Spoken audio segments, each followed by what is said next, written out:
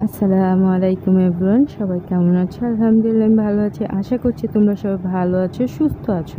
তো চলে আসলাম নতুন একটা ব্লগ ভিডিও নিয়ে। আর এই ব্লগটা হচ্ছে গিয়ে শনিবারের। তো অনেক দিন লেট করে একটু ব্লগ দিলাম।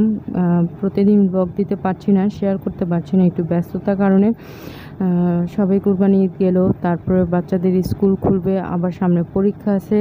তো এই সমস্ত ঝামেলা নিয়ে আর কি একটু একটু ব্যস্ত। তো আজকে ছেলে বায়না করলো, অবশ্য টাইটেল থাম্বনেল দেখে বুঝেই গেছো যে আজকে কি রান্না করব বা কি রান্না হচ্ছে। তো আজকে রান্না করব হচ্ছে গিয়ে মুরগির মাংস, আলু দিয়ে ঝোল, আর হচ্ছে গিয়ে পোলাও রান্না করব। সাথে তো শুটকি ভর্তা আছেই, তো এটা তো ছাড়া হয় না। কারণ সাদা পোলাও শুটকি ভর্তা দিয়ে খেতে কিন্তু খুবই ভালো লাগে। জানি না কার কেমন লাগে, কিন্তু আমার কাছে খুবই মজা লাগে। আমি পোলাও রান্না করলে সেদিন একটু শুটকি ভর্তা করবই, আর সেটা যদি লাল শুটকি ভর্তা হয় শুকনো মরিচ দিয়ে, তাহলে তো আর কথাই নেই। তো যেহেতু গ্যাস ছিল না, আর ছেলের আবদার ছিল খাবে, তো গ্যাস না থাকার কারণে রান্না করতে করতে অনেকটা লেট হয়ে গিয়েছিল। তো রান্না করতে করতে যেরকম লেট হয়েছে, খেতেও গিয়ে অনেক লেট হয়ে গেছে।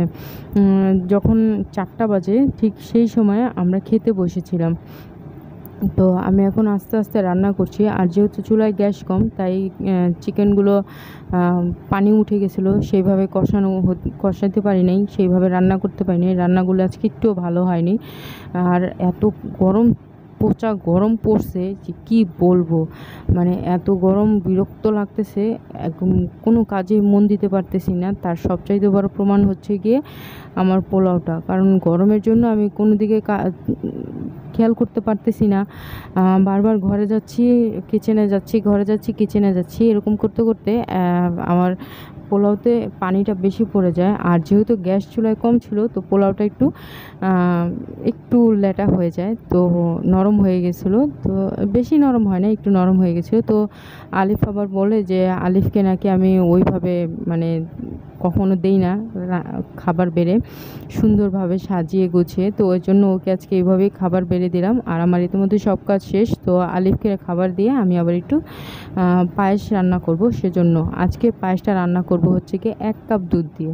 আমরা অনেক সময় ভাবি যে অনেক দুধ লাগে বা অনেক জিনিস লাগে, যার কারণে আমরা রান্নাও করতে চাই না আর খেতেও চাই না, মন চাইলেও অনেক সময় খাই না। কিন্তু আজকে আমি 1 কাপ দুধ দিয়েই শুধু রান্না করেছি। দেখতেই পেলে কিছুক্ষণ আগে আমি 1 চামচ দুধ দিয়েছি, এখন আমি আর একটু দুধ দিয়েছি, সেটা হচ্ছে কি লিকুইড। তো সেটা দেওয়ার পরে আমি এখন লাড়াচাড়া দিয়ে নামিয়ে ফেলবো। আর বাদাম, গরম মশলার যা ছিল সেগুলো আমি একটু ব্লেন্ড করে দিয়েছি, যার কারণে মশলার ঘ্রাণটা আরও ভালো আসবে।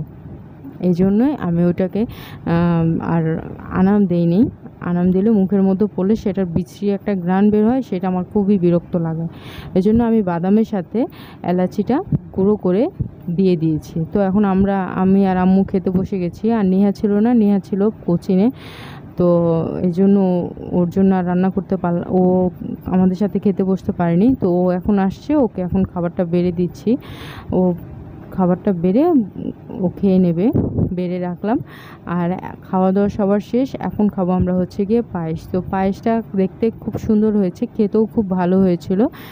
আর আরেকটু হয়তো বা পানি দরকার ছিল, কিন্তু পানি না দিলেও চলবে। যদি তোমরা লিকুইড দুধ দিয়ে করতে চাও তাও পারো, কিন্তু এভাবে রান্না করলেও কিন্তু খুব মজা হয়।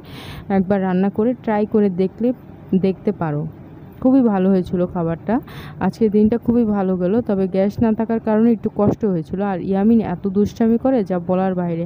তো যাই হোক, আজকের ব্লগটা এখানেই শেষ করছি। তোমরা সবাই ভালো থেকো, সুস্থ থেকো, আল্লাহ হাফেজ।